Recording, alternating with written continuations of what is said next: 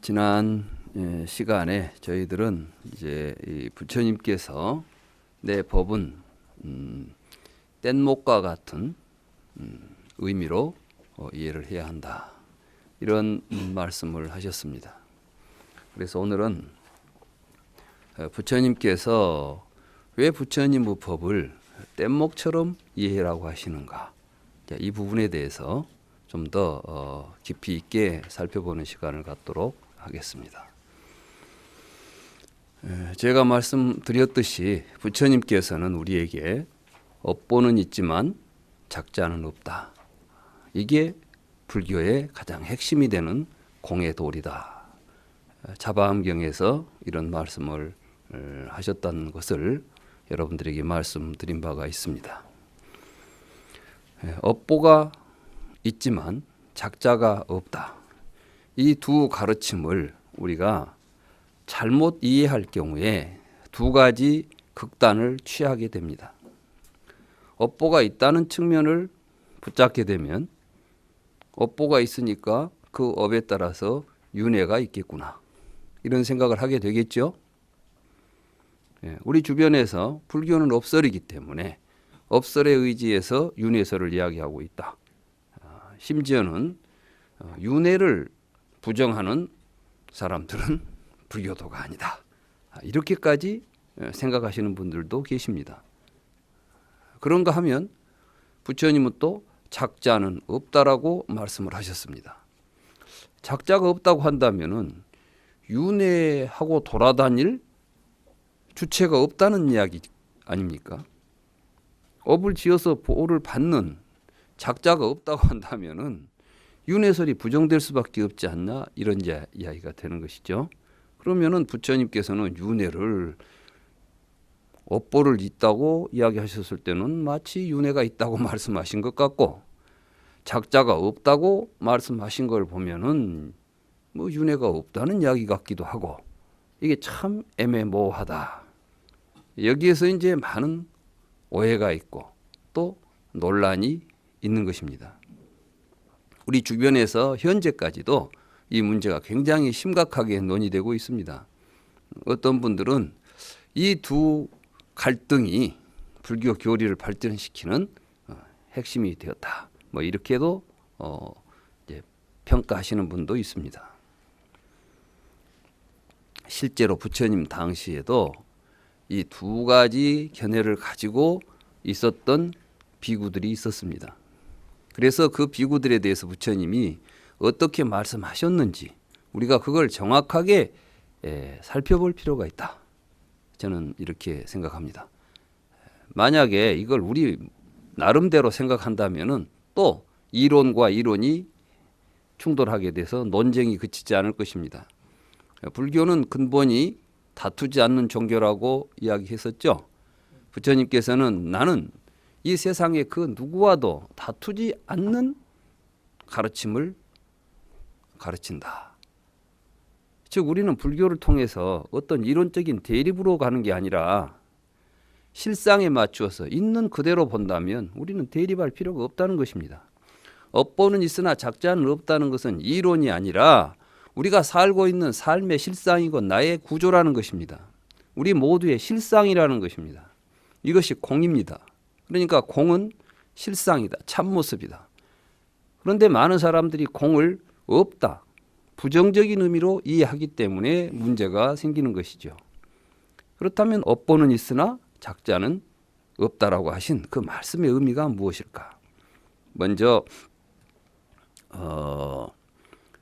이 마하땅아 쌍카야 숫다라는 경이 있습니다. 그러니까 가래를 소멸하는 경이다. 부처님께서는 우리들이 윤회를 생각하는 것, 다시 말해서 내가 죽어서 또 다음 세상에 태어날 것이다, 또 뭔가 나는 죽은 다음에 또 다음 세상이 있지 않겠느냐, 이런 생각들을 갖게 되는 근본 원인을 가래라고 보셨습니다. 뭔가 마음속에 지금 어떤 갈망, 다시 말해서 자기는 계속해서 존재하고 싶다고 하는 이 강한 욕망이 자리 잡고 있다는 것입니다. 이것이 우리로 하여금 죽은 다음에 자기 존재까지도 집착하게 만드는 요인이다. 그래서 이제 이 가래를 끊어내야만 윤회했으면 좋겠다. 죽은 뒤에도 뭔가 내가 계속 남아있으면 좋겠다라고 하는 이런 망집, 허망한 생각들이 끊어진다. 이걸 붓다는 가르친다. 이런 말씀이 되겠습니다. 실제로 부처님께서 사와띠, 그러니까 한문으로는 사위성이라고 그러죠. 여기 이 급고독원, 기수급고독원에 계실 때 사띠라고 하는 비구가 자기가 부처님의 가르침을 이해한 바에 의하면은 우리가 이렇게 보고 분별하는 우리의 식, 이제 불교에서 그 식이라고 하면 가장 종합적인 마음을 의미합니다. 그러니까 우리가 느끼고 생각하고 뭔가 의도하고 이런 것들을 중심으로 해서 우리는 대상을 분별하는 의식을 갖게 됩니다. 그래서 어떤 분들은 그럽니다. 항상 보면은 보고 있는 내가 있지 않느냐. 여러분들이 이 명상을 할 때도 그 명상을 할 때도 밖은 안 봐도 안에서 지켜보고 있는 그 뭐가 있지 않느냐. 이게 참 나가 아니겠느냐. 이것에 대한 생각들을 많이 하시죠. 그게 이제 식이라고 하는 겁니다. 식은 항상 분별의 대상이 있으면은 어떤 분별의 대상에 대해서도 분별하는 마음이 일어나는 것을 식이라고 말합니다. 그것이 자아에 대한 분별이라 할지라도. 그렇지만 여러분들이 깊은 꿈도 없는 깊은 잠에 빠져 있을 때는 그 식이 나타납니까? 나타나지 않습니까? 안 나타납니다. 반드시 식은 무언가를 대상으로 해서 나타납니다. 그런데 그 식이 죽은 다음에 또 다음 세상에 가서 자아를 연속시키는 그 어떠한 역할을 할 것이다. 이게 참된 자아다. 이런 생각을 사띠가 한 겁니다. 그 당시 부처님 제자들은 사띠의 그 생각을 받아들일 수가 없었습니다. 그래서 사띠를 찾아가 가지고 그건 부처님이 하신 말씀이 아니지 않느냐. 부처님께서는 그런 말씀을 하신 적이 없다. 그건 불교를 비방하는 것이다. 이렇게 이제 꾸짖었습니다. 그러니까 사띠는 아니다. 내가 이해한 바에 의하면은 분명히 식이 윤회한다고 했다. 이렇게 이제 고집을 하니까 부처님의 제자들이 이제 부처님을 찾아갑니다. 그래서 부처님에게 가서 사띠가 이런 생각을 하는데 아무리 충고를 해도 받아들이지 않습니다. 그래서 이제 부처님이 사띠를 부릅니다. 그래가지고 이렇게 이야기를 하는 것이죠. 여러분들 교재 45쪽의 중략 다음 부분입니다. 세존의 부름을 받은 어부의 아들 사띠 비구는 세존을 찾아가서 예배하고 한쪽에 앉았습니다. 한쪽에 앉은 사띠 비구에게 세존께서 말씀하셨습니다. 사띠여, 그대는 사악한 사견을 일으켜 나는 세존께서 다른 것이 아니라 이 분별하는 마음, 제가 식을 분별하는 마음이라고 번역했습니다. 이걸 의식이라고 모두 번역을 합니다. 대부분 식을. 그런데 이 의식이라는 개념이 굉장히 모호합니다. 굉장히 광범위하거든요. 우리가 일상적으로 살 때 그 사람이 의식이 있다 없다 이렇게 말하죠. 그러니까 의식이라는 말은 우리들의 그 신체적인 그 생명 활동에 있어서 지각하고 하는 모든 그 정신적인 활동을 통칭하는 개념이거든요. 그런데 부처님은 그렇게 우리들의 그 정신적인 작용들을 이렇게 뭉뚱그려서 그냥 적당하게 마음이니 정신이니 뭐니 이렇게 말하는 것이 아니라 우리들의 정신 작용들을 보면 분명하게 서로 다른 작용들이 있다는 겁니다. 다시 말해서 느끼는 작용이 있는가 하면 사유하는 작용이 있고 의도하는 작용이 있고 또 이것을 분별해내는 작용이 있다는 겁니다. 이렇게 각각 다른 작용들은 다른 조건 아래서 일어나고 사라진다는 것입니다. 그러니까 느낌이라는 것은 여러분들이 의식이 있다고 해서 항상 느낌이 있는 건 아니죠. 뭔가 대상을 접촉했을 때 느낌이 일어나지만 느낌이 사라진 다음에도 여러분들은 사유는 할 수가 있죠. 이게 맞을까 틀릴까, 이게 긴가 짧은가, 적당한가 적당하지 않은가, 이런 사유들을 하는 것이죠. 이 사유가 또 끝난 다음에도 여러분들은 뭔가 내가 오늘 무엇을 할까, 그런 것이 없이도 여러분들은 바깥 대상을 보고 분별할 수도 있고, 이러한 다양한 우리들의 의식세계를 그냥 통틀어서 정신이다, 정신이 하나 있어가지고 여러 가지 일을 한다, 여러분들은 그렇게 생각합니다. 다시 말해서 여러분들은 마음이 하나 있어가지고 느끼기도 하고 생각하기도 하고 보기도 하고 뭘 의도도 하고 통칭해서 그냥 마음이다. 부처님은 그렇게 말씀하시지 않았습니다. 그건 말씀하시지 않은 이유가, 부처님은 다른 인원을 가지고 있어서 그런 게 아니라 실제로 부처님께서 우리의 마음을 통찰해 보시니까 느낌이 일어날 때는 반드시 느낌이 일어나는 조건이 있으면 일어나고, 조건이 사라지면 그 느낌은 사라져 버린다는 것입니다. 이제 여러분들이 불교 수행을 통해서 확인해야 될 지점들입니다. 경전에 나오는 말씀은 이론으로 여러분들이 이해하고 그런가 보다 하고 그냥 짐작으로 가지고 다녀야 될 여러분들의 지식체계가 아니라 촉을 연하여 느낌이 발생한다라고 말했으면 촉이 뭘까? 자, 여러분들이 어떤 느낌이 일어났을 때 이 느낌은 왜 일어났을까? 이렇게 반성해 보는 겁니다. 몸에 일어나는 것도 살펴보면 왜 이것이 일어나고 있는가? 반드시 조건이 있기 때문에 일어납니다. 공연히 일어나지는 않죠. 그걸 봐야 됩니다. 그걸 통찰하는 것이 반야입니다. 그래서 이렇게 부처님께서는 말씀하십니다. 그러면 사띠여, 그대가 이야기하는 그 분별하는 마음, 그건 어떤 것인가? 지금 사띠가 분별하는 마음이 윤회를 한다. 우리는 마음이 윤회를 합니다. 그러면 이제 윤회를 하냐 안 하느냐를 가지고 따지지, 당신 이야기하는 그 윤회한다는 마음은 무엇입니까? 라고 묻는 경우는 되게 없죠. 우리 주변에서 윤회를 가지고 서로 논의를 할 때 윤회를 한다는 주장과 하지 않는다는 주장은 대립하지만, 그러면 윤회한다는 그놈이 도대체 어떤 놈입니까? 라고는 잘 안 묻는다는 것입니다. 주제가 윤회는 무엇인, 윤회하는 것이 누구냐는 것을 가지고 논의되는 경우들을 본 적이 있습니까? 윤회한다, 윤회 안 한다는 대립은 있지만 실제로 가장 중요한 문제는 뭡니까? 우리가 윤회한다고 주장할 때는 도대체 무엇이 윤회하는가 하는 것에 대한 윤회하는 주체를 먼저 설정해 놓고 이야기해야 될 거 아니에요.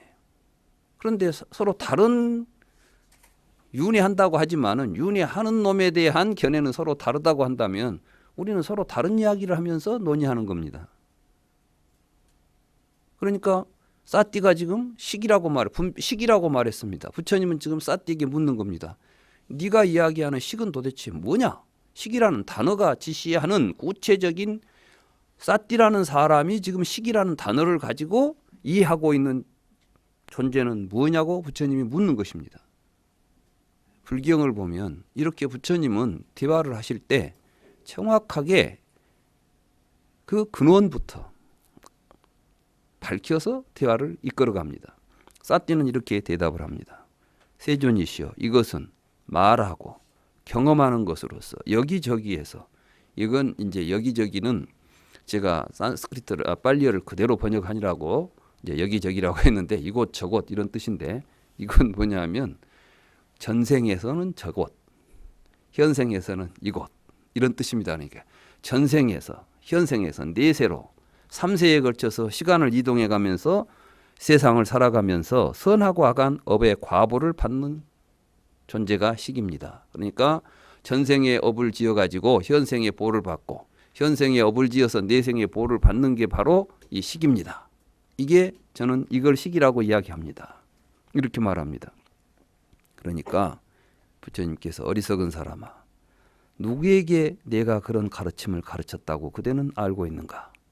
어리석은 사람아, 내가 여러 가지 방법으로 갖가지 비유를 들어서 조건에 의지하여 함께 일어난 분별하는 마음에 대하여 이야기하면서, 제가 지금 조건에 의지하여 함께 일어나니라고 번역한 것이 연기를 번역한 겁니다. 이 연기는 빠띠짜 사무빤나라고 하는 말입니다. 연기한 것입니다. 다시 말해서 빠띠짜 의지하여, 쌈 함께, 우빤나 일어난 것이 우리들이 이야기하는 분별하는 마음이다. 우리의 분별하는 마음, 식을 보면 항상 분별은 혼자 일어나는 것이 아니라 그 무엇에 의지해 가지고 그것과 함께 나타난다는 것입니다. 제가 아까 식은 반드시 대상과 함께 나타난다고 그랬죠? 대상 없는 의식은 없습니다. 여러분들이 대상이 없는데 뭘 분별합니까? 여러분들이 아무것도 보지 않을 때도 보는 놈이 있습니까? 보는 의식이 있습니까? 그렇지 않습니다. 볼 때 보는 의식이 나타납니다. 그런데 사람들은 다 내 안에 있는 그 무엇인가가, 보는 놈이 밖에 있는 것을 우리들의 지각을 통해서 본다는 생각을 일으킨다는 것입니다. 이것은 참으로 제대로 된 생각입니까? 잘못된 생각입니까? 여러분들의 몸 안에서 보고 있는 어떤 존재를 본 적이 있습니까? 이 이야기의 주제가 수능엄경입니다. 수능엄경에 보면 아난다가 부처님과 대화를 하는데, 아난다에게 부처님이 묻습니다. 너는 왜 출가했느냐? 저는 부처님이 보니까 부처님이 너무나 잘생겼습니다. 부처님을 보면 환희심이 납니다. 그래서 제가 부처님을 항상 보고 옆에서 모시고 싶어서 출가를 했습니다. 물론 수능엄경도 대승경전이기 때문에 실제로 초기 경전에 아난다와 부처님 사이에 그런 대화는 없습니다. 지금 수능엄경이라는 경이 우리에게 지금 전하고자 하는 메시지가 있는 겁니다. 그래서 이제 부처님에게 아난다가, 저는 부처님이 너무 좋아서, 부처님이 너무 멋지게 생겨서, 그러니까 뭐가 그렇게 좋단 말이냐? 부처님이 얼마나 멋집니까? 30 이상 80 종호를 갖춘 멋진 부처님. 부처님만 보면 좋습니다. 부처님에게 애락심이 일어났습니다. 이렇게 말합니다. 이때 애락이라는 말입니다. 이제 가래 이런 것과 굉장히 깊이 연관되어 있습니다. 특히 우리들의 자아의식 속에 가장 중요하게 자리 잡고 있는 것이 애락심입니다. 여러분들은 여러분 자신을 가장 사랑하시죠? 그렇지 않습니까? 바로 그 사랑의 대상이 자아인 겁니다. 그와 마찬가지로 또 그 대상을 사랑할 때, 어떤 밖에 있는 걸 대상을 사랑할 때 그걸 사랑하는 주체로서의 자아가 또 형성되는 겁니다. 그래서 이제 부처님에게 저는 부처님을 애락해서 출가했습니다. 이렇게 말하니까, 아, 그렇구나. 참으로 이 애락하는 마음이 모든 것에 문제가 되는 것이다. 그러니 우리 이제 애락하는 마음에 대해서 한번 생각해 보자. 그래, 너는 나를 보고 애락을 했다고 하는데 그 애락하는 마음이 어디에 있느냐? 나를 보고 나를 좋아하고 한 마음이 어디에 있느냐? 그러니까 이렇게 말합니다. 내 애락하는 마음은 내 몸속에 들어있고 부처님의 마음은 부처님의 몸속에 들어있습니다. 그리고 그 마음이 어디서 일어났느냐? 이 마음이 부처님을 보고 애락심이 일어난 겁니다. 이렇게 이야기합니다. 그래, 그렇다면 내 얼굴이, 내가, 내 눈, 이제 이렇게 이야기하죠. 이제 아난다가 눈으로 내 마음이 눈을 통해서 부처님을 봤습니다. 이렇게 말하니까. 그러면 이제 지금 뭐가 있어야 되냐면 눈하고 마음이 있는 곳을 정확히 알아야 될 거 아닙니까? 그럼 마음이 있는 곳을 한번 살펴보자. 네 마음이 눈을 통해서 나를 봤다니 눈은 어디에 있고 마음은 어디에 있느냐? 그러니까 부처님의 눈은 부처님 얼굴에 붙어 있고 내 눈은 내 얼굴에 붙어 있습니다. 그리고 나는 내 마음은 내 몸 안에가 들어있고 부처님 마음은 부처님 몸 안에 있는 거 아닙니까?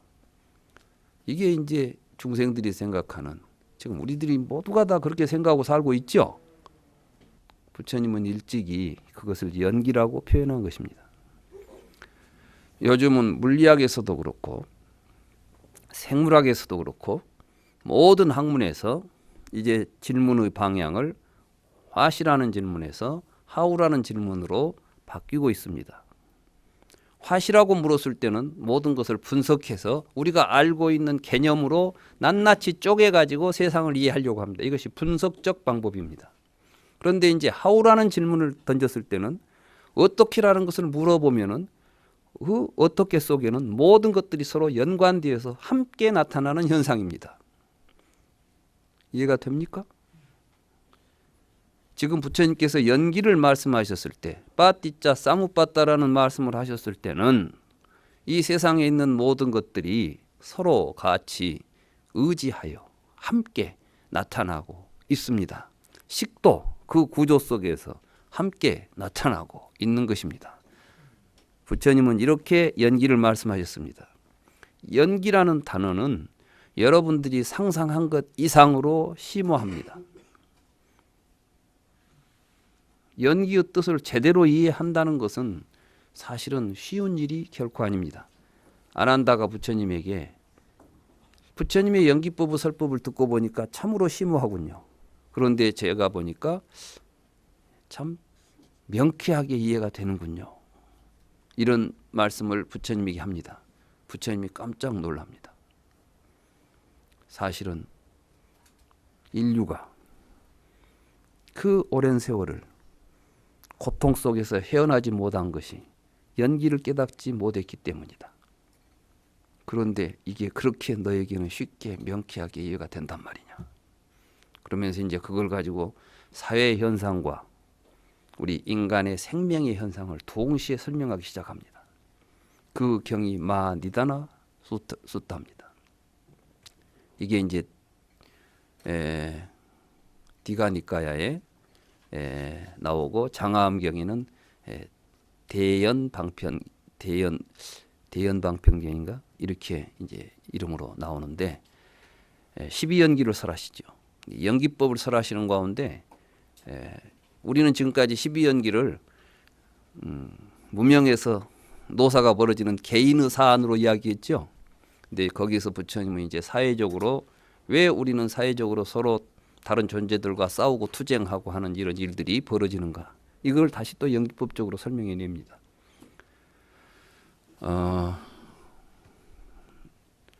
사실 이제 이 여러 니까야들을 읽다 보면 이 연기에 대한 이 스펙트럼, 이게 이제 이 보여주는 이런 여러 가지 그 편차들이 너무나 광범위해가지고 참으로 심오한 것이구나. 그런데 이제 부처님은 이런 말씀을 하셨어요. 숲에 앉아서 비구들하고 이야기하시다가 나뭇잎을 한 줌을 떨어진 낙엽들이 있으니까 한 줌을 쥐어서 비구들이여, 여기에 있는 이 나뭇잎하고 이파리하고 이 숲속에 있는 이파리하고 어떤 이파리가 더 많으냐. 우습죠? 그러니까 제자들이 그거야 부처님 손바닥에 있는 이 낙엽이야 몇 줌 되지도 않은 거지만 어찌 그것이 이 숲속에 있는 모든 나뭇잎과 비교가 되겠습니까? 그와 같이 내가 그대들을 위하여 이야기한 내가 깨달은 진리도 그와 같다. 내가 깨달은 진리는 이 숲속에 있는 나뭇잎과 같지만 그대들에게 한 이야기는 한 주먹에 있는 나뭇잎에 지나지 않는 것이다. 부처님은 단순히 우리 인간만 깨달은 게 아닙니다. 근데 바로 왜 그런 말씀을 하시냐면 바로 그러한 인간의 의식의 구조와 맞물려서 세계가 벌어지고 있기 때문입니다. 그걸 다 이야기하려고 한다면은 어찌 다 이야기하겠느냐. 나는 가장 중요한 이런 이야기들만 해주고 있는 것이다. 이런 말씀이죠. 그런데 이런 연기를 이야기하신 분이 지금 어떤 개체가 있어가지고 내 몸 안에 있는 무엇이 돌아다닌다고 말할 수 있겠습니까? 그래서 그때 이제 이 순응엄경 이야기를 좀 더 해야 됩니다. 왜냐하면 사실은 이 순응엄경이 본래 이제 이 선종이 이제 6조 이전에 선종에는 능가경과 능엄경이 선종의 기본적인 그 수행 서적입니다. 근간으로 했던 서적이고 이제 6조 이후에 그 선가에 뭐라 합니까 그 근본으로 삼았던 경전이 금강경으로 이제 옮겨오는 것은 남종선입니다. 이전에는 이제 능엄경 또는 능가경 이런 경들이 선수행에 있어서 굉장히 중요하게 선의 지침서가 되었던 것입니다. 그래 이제 부처님은 아난다에게 이렇게 묻습니다. 그래 눈은 이제 아난다는 지금 우리 얼굴에 붙어 있는 걸 눈이라고 보고 있는 거죠. 그리고 눈을 통해서 우리 마음이 바깥에 있는 세상을 본다고 지금 이야기하는 겁니다. 그래 부처님은 아난다에게 다시 묻습니다. 그래 네 눈은 얼굴에 있고 네 마음은 네 몸속에 들어있다고 한다면 그러면 밖에 있는 것들을 어떻게 보느냐. 그러니까 이 몸 안에 있는 마음이 눈을 통해서 밖을 봅니다. 그래 그렇다면 비유하자면 이렇단 이야기냐. 우리가 지금 이 강당에 앉아 있는데 저 창문을 통해서 밖을 보듯이 이렇게 본단 말이구나. 모두도 이제 또 눈은 마음의 창이라고 그러지 않습니까? 눈을 통해서 밖을 보지 않아요? 그래 이제 아난다가 그렇습니다. 그렇다면 너는 밖을 보기 전에 이 강당 안에 있는 여러 가지를 보고 있지 않느냐? 그렇죠? 그러면 네 마음이 네 몸 안에 있다면 눈 밖에 눈을 통해서 밖을 보기 전에 먼저 안에 있는 네 속을 들여다봐야 될 텐데 오장육부가 보이느냐? 오장육부를 보신 분 계십니까? 안 한다가 분명히 안에서 보는 놈이 있다면 그러면 보는 놈 아닙니까? 보는 놈이니까 뭐든지 있으면 봐야 되겠죠. 지가 몸 안에 있는데 지 옆에 있는 오장육부를 못 본다면 이게 보는 놈이겠습니까? 그래서 이제 이상한데 뭔가 보는 놈이 있긴 있어야 되는데 그래서 이제 보는 놈 찾기가 그 경이 이제 진행되는 과정이거든요. 그래서 이제 찾아봅니다. 안 한다가 알겠습니다. 어디에 있느냐? 예, 눈 가까이 있습니다. 우리가 이 창문 가까이 가면 속은 안 봐도 되잖아요. 창문 가까이 붙어서 보면 바깥에만 보입니다. 이렇게 우리의 몸속에 보는 놈이 들어있다라고 생각하는 것을 부처님은 유깁처라고 부른 겁니다. 우리들은 모두가 다 볼 때 보는 놈이 눈에 들어 앉아서 보고 있다는 생각을 하고 본다는 것입니다. 그리고 보이는 놈은 보이는 놈 안에 보이는 놈이 실체가 들어있다는 것입니다. 그래 이제 안 한다가 창문에 바짝 붙어서 보니까 바깥만 보이고 안은 안 보입니다. 그러니까 그렇다면 너는 밖을 보기 전에 창문은 보지 않느냐? 창문은 보이겠죠? 그러면 너는 네 눈을 보느냐?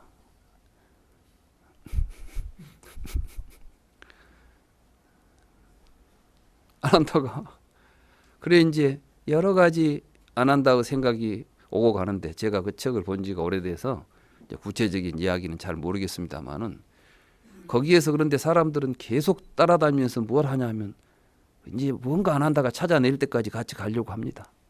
여러분도 그놈은 어디가 있는가 지금 부처님도 그걸 찾아라고 묻고 있는 줄로 여러분들은 생각합니다. 그것이 없는 줄 깨달으라고 하는 이야기입니다. 그러니까 눈치 빠른 사람은 한마디에 끝나고 모르는 사람은 책을 다 읽고도 계속해서 어디가 있는가를 찾고 있을 겁니다. 이게 이제 부처님께서는 지금 식이라는 게 안에가 있는 게 아니다. 식은 보니까 형성되고 있다. 그런데 그 식이 애착하는 마음이 일어나게 되면 계속해서 그 식이 안 없어지고 쌓인다는 겁니다. 그래서 경험을 여러분들은 모아가지고 자기화시킨다는 겁니다. 여러분들이 경험을 자기화시켜 놓고 있지만 그것이 잘못됐다고 생각할 때 그것을 깨버리면 여러분들의 자아로부터 사라지게 됩니다. 여러분들이 이제 과거의 어떤 일 때문에 괴로워하고 하는 것은 과거의 여러분들의 의식들을 여러분들이 의식했던 것들을 전부 모아놓고 있기 때문입니다. 그것이 여러분들을 괴롭힌 줄 알았을 때 여러분들이 거기로부터 벗어나는 길은 그것을 여러분들이 스스로 이것은 내가 아니다. 이것은 내 것도 아니다. 이것은 이미 지나가 버린 것이다. 그것은 지금 있지 않다. 내가 가래로서 붙잡지 않는다면 이것은 사실은 있지도 않는 허상일 뿐이다. 이것만 여러분들이 정확하게 볼 수 있다고 한다면 왜 여러분들이 과거 때문에 괴로워하겠습니까? 그렇죠? 왜 전생을 문제 삼겠습니까?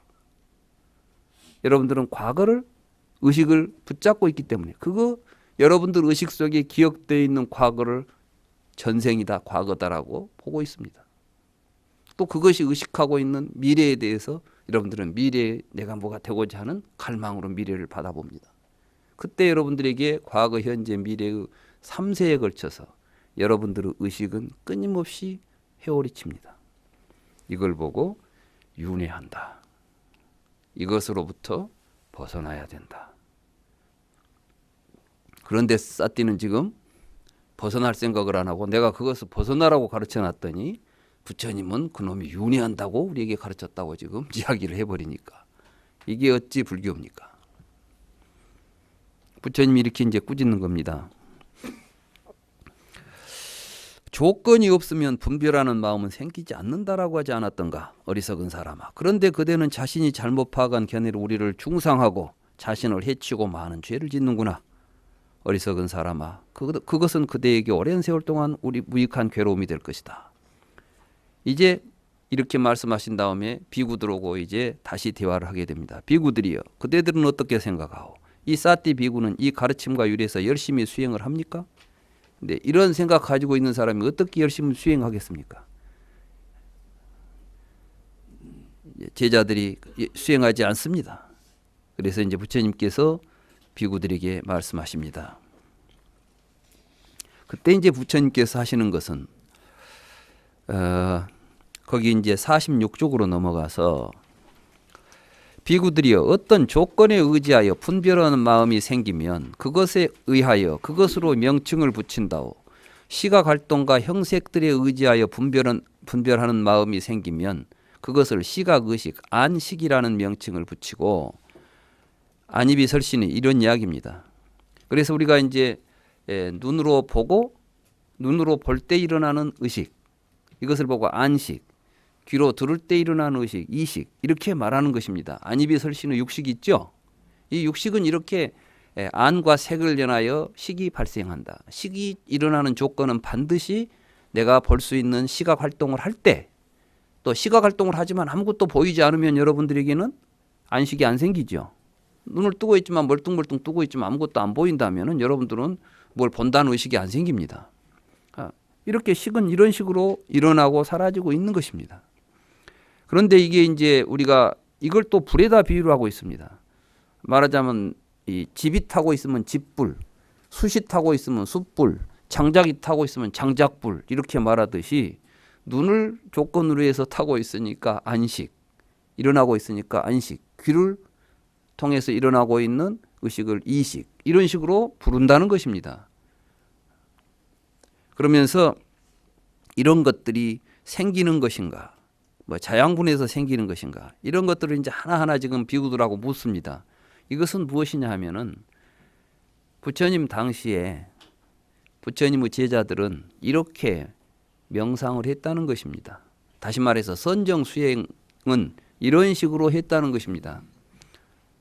지금 우리 주변에서 선정 수행을 할 때 이게 이제 육조 해능 스님이 말씀하신 정해가 즉등하는 것입니다. 일체로서 일어나는 것입니다. 다시 말해서 여러분들이 어떤 것이 분별이 일어날 때 이 분별이 지금 일어나고 있구나라고 거기에 집중할 수 있는 것을 정이라고 합니다. 집중하면 반드시 무엇이 일어나고 사라진 것이 보이지 않겠습니까? 이것을 정확하게 바라보고 있는 것을 해라고 합니다. 그러니까 정해가 정다음에 해가 일어나겠습니까? 해 아니죠. 함께 이게 이제 불교의 선정입니다. 부처님께서는 인도 당시에 여러 가지 선정법이 있었습니다. 여러분도 잘 아시다시피 요가라는 게 바로 선정법입니다. 그런데 부처님께서는 다른 선정법은 내가 가르치는 선정법은 다른 선정법과 다르다. 전에 어떤 경에 보니까 그런 말씀이 있었죠. 그대는 선정법이 다르고 수행법이 다르고 이해가 다르기 때문에 내 말을 이해하기 어려울 것이다. 이렇게 말했지 않습니까? 지금 부처님의 말씀의 이해는 부처님의 바른 선정법에 따라서 수행을 해야만 이해가 되지 다른 식으로 해가지고 이해가 안 된다는 것입니다. 이건 이론이 아니라 사실이기 때문에 그 사실을 정확하게 볼 수 있는 방법에 따라서 봐야 된다는 것입니다. 이게 바로 선정과 지혜입니다. 그래서 이제 부처님께서는 쭉 이렇게 이런 어떤 식으로 우리가 이것을 관찰해 가는가, 그대들은 이렇게 관찰했는가, 내가 가르쳐 준 대로 관찰했는가를 쭉 확인하죠. 그러고 나서 부처님은 연기를 또 이야기합니다. 거기 이제 48쪽에 보면 중략이 있습니다. 무명에 의지하여 조작하는 행위들이 있다라고 말했는데 제가 이제 행을 지금 여기서 조작하는 행위라고 이야기했습니다. 무명을 연하여 행위 있다고 말했는데 비구들이 과연 무명을 의지하여 우리에게 조작하는 행위들이 있는 것인지 이 점에 대하여 어떻게 생각하는가? 그러니까 이건 지금 무슨 이야기냐 하면 비구들에게 무명을 연하여 행위 있다. 외워라. 이렇게 말하는 게 아닙니다. 내가 가르친 대로 잘 수행을 해보니까 정말 무명을 연하여 행위 일어나고 있는 그 지점을 여러분들은 보고 있습니까? 이렇게 묻는 거예요. 내가 지금 일으키고 있는 이 행동은 무명에서 벌어졌구나. 이 행동이 이어지면 생로병사의 괴로운 생각으로까지 이어지는구나라는 것을 정확하게 볼 수 있느냐라고 묻는 겁니다. 그런데 지금 우리들에게 12연기설은 이론이 되어 있습니다. 어떤 이론이 되어 있냐면 3세 양중인과설이라고 하는 이론이 되어 있습니다. 3세 양중인과설은 어느 누구도 반야로서 통찰할 수가 없습니다. 왜? 무명과 행은 현재 일입니까? 과거 일입니까? 3세 양중인과설에서는 과거의 두 가지 인이라고 합니다. 전생에 벌어졌던 일이래요. 전생의 무명 때문에 업을 지어가지고 현생에서 식을 받았답니다. 그래가지고 그 식도 어떤 식이냐면 지금 여러분들 의식도 아니에요. 이 식은. 이 식이 태에 들어와가지고 명색으로 자라서 육입이 갖추어진 다음에 세상에 나오면서 촉이 벌어진다는 겁니다. 그래가지고 촉을 통해서 살면서 촉수에 취를 하고 살다가 죽으면은 새로운 유가 생을 받는다는 겁니다. 그러면 여러분들이 죽기 전에는 유, 생, 노사는 관찰할 수가 없겠죠. 할 수 있겠습니까? 없겠습니까? 그런데 부처님께서는 연기를 역순으로 관하라 했는데 뭘 놓고 관합니까? 이론을 놓고 사유해야 됩니까? 부처님께서는 지금 싼야를 지금 굉장히 관념적으로 뭘 이론화시키는 걸 지금 경계하고 있지 않습니까? 그러니까 제자들이 이렇게 말합니다. 세존이시여, 무명을 의지하여 조작하는 행위들이 있습니다. 이렇게 말하잖아요. 지금 여기서 뭐라고 해요? 예, 저희들은 그렇게 외우고 있습니다. 그렇게 말합니까? 무명을 연하여 행위 있다라고 지금 분명히 이야기하는 것은 나는 그것을 지금 보고 있습니다. 이 말이에요. 우리는 무명을 의지하여 조작하는 행위들이 있다라고 보고 있기 때문에 그렇게 생각하고 있습니다. 비구들이여 훌륭하오. 비구들이여 그대들도 이와 같이 말하고 나도 또한 이와 같이 말한다. 이것이 쌈약 쌈볼입니다. 쌈약이라는 것은 함께 가서 그 말이에요. 쌈이라는 것은 투게더 함께. 약이라는 것은 도달한. 마지막에 가서 무명을 내나의 행이 있다는 지점을 나도 가서 깨달았고 그대들도 가서 깨달았으면 이게 쌈약입니다.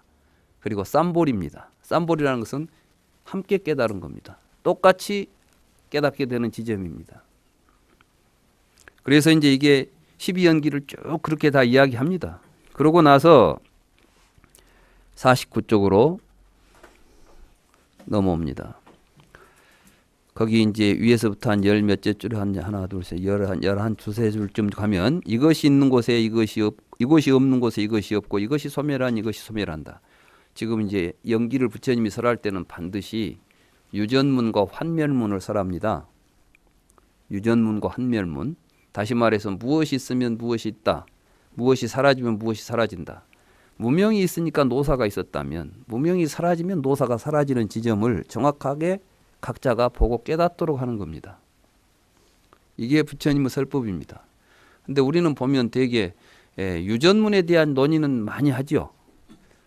무명으로부터 12연기 이야기하면 무명을 내놔야 노사가 있다 이런 이야기를 하는데 무명이 사라지면 노사가 사라진다는 이 구조에 대해서는 별 관심이 없어요. 근데 사실은 무명이 있으면 노사가 있다는 이야기만 가지고는 불교가 아무 의미가 없습니다. 무명이 사라져서 노사가 사라져야 우리가 고통으로부터 벗어나는 목적이 달성되는 거 아니겠습니까? 그리고 이제 이 부분도 이것이 있는 곳에 이것이 없고 이것이 없는 곳에 이것이 없고 차 무고 피 무를 제가 이렇게 번역한 겁니다.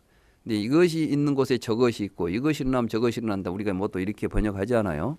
근데 이제 이 번역에도 좀 저는 이의를 제기합니다. 왜냐하면 지금 부처님이 관하고 있는 것은 이것 저것을 관하는 게 아니라 지금 자기 마음에서 일어나고 있는 이 마음이 한 곳에 있습니다. 한 곳에 있기 때문에 거기서 일어나는 모든 것들이 이것입니다. 우리의 지시어는 저것은 자기로부터 좀 한 발 멀어져 있는 걸 저것이라고 부르죠. 이것이 뭡니까? 컵이죠. 이것이 뭡니까? 마이크죠. 이것이 뭡니까? 책이죠. 저것이 뭡니까? 이렇게 말하잖아요. 지금 이것이라고 하는 지시어가 동일한 대상을 지시하는 게 아니라 지금 한 곳 서로 의지하에 함께 일어나고 있는 그것을 한 자리에 놓고 보고 있다는 뜻으로서 이것이 있는 곳에 이것이 있다. 이렇게 지금 이야기가 전개됩니다. 그래서 연기는 사실은 빠띠자라는 것은 의지하기 때문에 서로 떨어져 있어야 됩니까? 같이 있어야 됩니까? 한 곳에 같이 동시에 함께 일어나야 되는데 함께 일어나야 되니까 서로 시간적으로 멀리 떨어져 있어야 됩니까? 같이 있어야 됩니까? 예, 그러니까 시간적 구성을 갖지 않습니다. 사실 연기 그 자체가 공의 구성을 갖습니다. 여기 이제 중요한 건 이 부분입니다.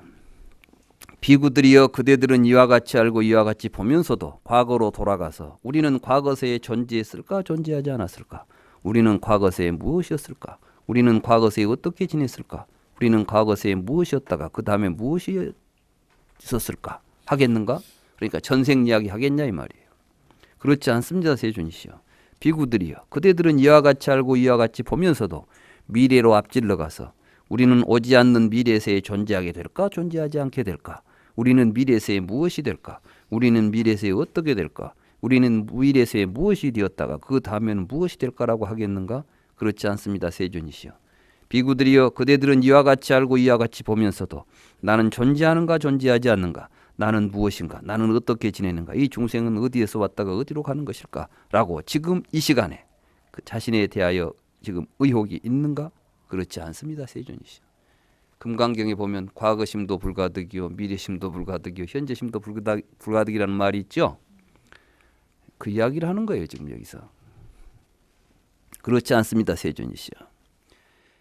비구들이여 그대들은 이와 같이 알고 이와 같이 보면서도 스승은 존경스럽다. 존경하는 스승이 한 말이기 때문에 우리는 그렇게 말한다라고 이야기하겠는가? 야, 이걸 본 사람이 부처님 말씀이니까 부처님 말씀을 금과 옥조로 여기고 그 말에 조금이라도 어긋난 건 불법이 아니다. 막 이렇게 하고 돌아다녀야 되겠습니까?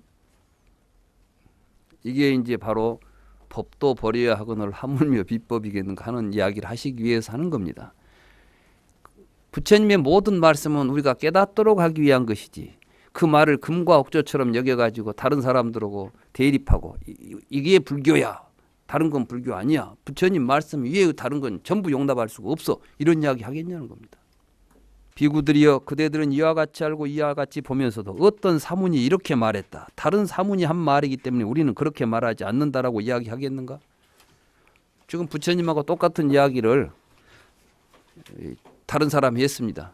말하자면 기독교에서 기독교 목사가 부처님 말씀을 그대로 했습니다. 그러면 그건 기독교인이야, 그러니까 그 사람 말은 틀렸어, 이렇게 말해야 되겠냐는 거예요. 부처님께서는 이건 종교고 뭐고 이게 문제가 아닌 거예요. 지금 진실이 문제지. 그래서 다시 이제 이렇게 갑니다. 그렇지 않습니다. 세존이시 50페이지로 넘어갑니다. 비구들이여 그대들은 이와 같이 알고 이와 같이 보면서도 다른 사람을 스승으로 받들겠는가? 이때 다른 사람이 누구겠어요? 부처님을 포함한 다른 사람입니다. 부처님께서는 지금 부처님도 스승으로 받들지 말라는 겁니다. 참 놀랍죠? 왜냐하면 이 말은 무슨 이야기냐면 부처님이 우리의 문제를 해결해 주는 당사자가 아니에요. 결국 우리가 스스로 의지하고 가야 될 것은 나 자신이 문제고, 나 자신의 마음을 살펴야 되는데 이걸 스스로 깨달은 사람이 자신 외에 다른 사람을 의지하고 살아가려고 하겠느냐고 말이죠.